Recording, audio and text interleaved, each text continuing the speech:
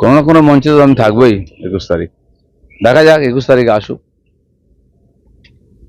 কিন্তু মানে এত বড় জল্পনার উত্তরে আপনার এই এক লাইন মানে মানুষ জল্পনা জানতে চায়। জল্পনাই তো চলে, রাজনীতিতে জল্পনা নিয়েই সব চলে। দেখা যাক কি হয়, মানুষ কি জানতে চায়। সে তো ঠিকই, আপনারা জল্পনা তৈরি করছেন, কেউ জল্পনা তৈরি করছে, জল্পনা নিয়ে রাজনীতি চলছে। অনেকের রাজনীতি জল্পনা দিয়েই হয়। আমাদের জলও নেই আর পনাও নেই, আমাদের রাজনীতি আছে। কিন্তু ফুলবদল বিশেষ করে পদ্ম থেকে জোড়া, এটা তো, আর জোড়া থেকে পদ্ম, এটা তো এই রাজ্যে আগেও চলেইছে। হ্যাঁ, সেই দৃষ্টিভঙ্গিতে সবাই বলে। মানে আর কিছু বিষয় বলুন, এই প্রশ্ন তো রোজ জিজ্ঞেস করতে হবে, এটা ছেড়ে দিন। দাদা 21 তারিখের পর কি তাহলে এই প্রশ্ন আর জিজ্ঞাসা করতে হবে না, প্রশ্ন থাকবে না, সমাধান হয়ে যাবে সব। হ্যাঁ, দ্বিতীয় হচ্ছে যে উদয়ন গুহ বলেছে 8টা জেলা আছে, বিজেপিকে ধরে পেটাতে হবে, ওটা ওই নতুন লাইনে তৃণমূল যাবে বলছে। না, वो ठीक আছে। देखिए, घर का कुत्ता शेर होता है, अपने घर में कुत्ता भी शेर होता है।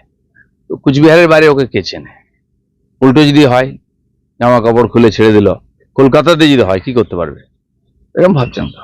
ক্ষমতা চিরদিন থাকে না, আর ক্ষমতার জোরে আস্ফালন করলে, আর যারা ক্ষমতার দাস তাদের লোকে ভুলে যায়।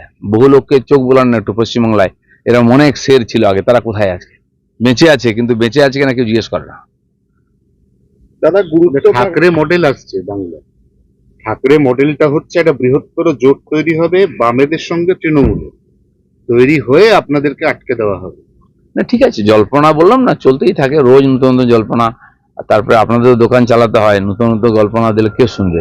সময় পার হয়ে গেলে হলো না, তারপরে এটা হয়ে গেল, হলো না, তো সেই সানি দেওলের গল্পই বলতে হবে, তারিখ পে তারিখ। তো মানুষেরও সময় আছে, আজকাল সোশ্যাল মিডিয়ায় একটু ঘাঁটাঘাঁটি করে, লোকে চর্চাও করে, এতে রাজনীতি চলতে পারে না।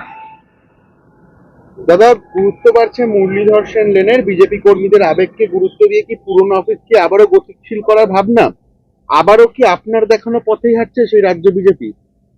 সেটা আমি বলতে পারবো না, বর্তমান রাজ্য সভাপতি তিনি ঠিক করবেন কোথায় বসবেন, কিভাবে করবেন। আমাদের অফিস আছে, এটা ঠিক যে মুরলীধর সেন লেনের সঙ্গে একটা আবেগ জড়িয়ে আছে আমাদের।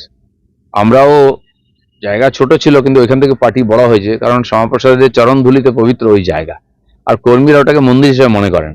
তার মানে পার্টি অফিস হবে কিনা, কিন্তু ওই জায়গার গুরুত্ব তো আমাদের হৃদয়ে আছেই। তার সামনে তিনি তার মূর্তিতে বসে আছেন বহু বছর।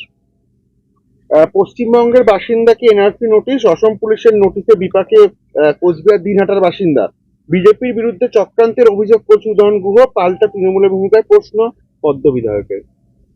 ঠিক আছে, যদি সরকারি রিপোর্ট এসে থাকে, নোটিশ এখানে কেন, সারা ভারতবর্ষ জুড়ে বাংলাদেশিদের খোঁজার চেষ্টা চলছে, নোটিশ হচ্ছে।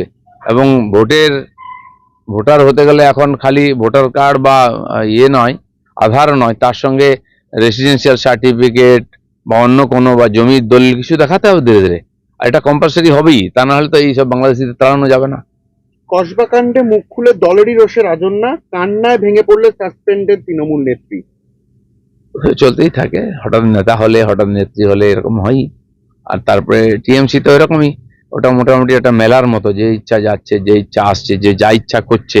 এদের সামলাতে গিয়ে মমতা ব্যানার্জি ব্যতিব্যস্ত, প্রশাসন কোথায় কেউ জানে না।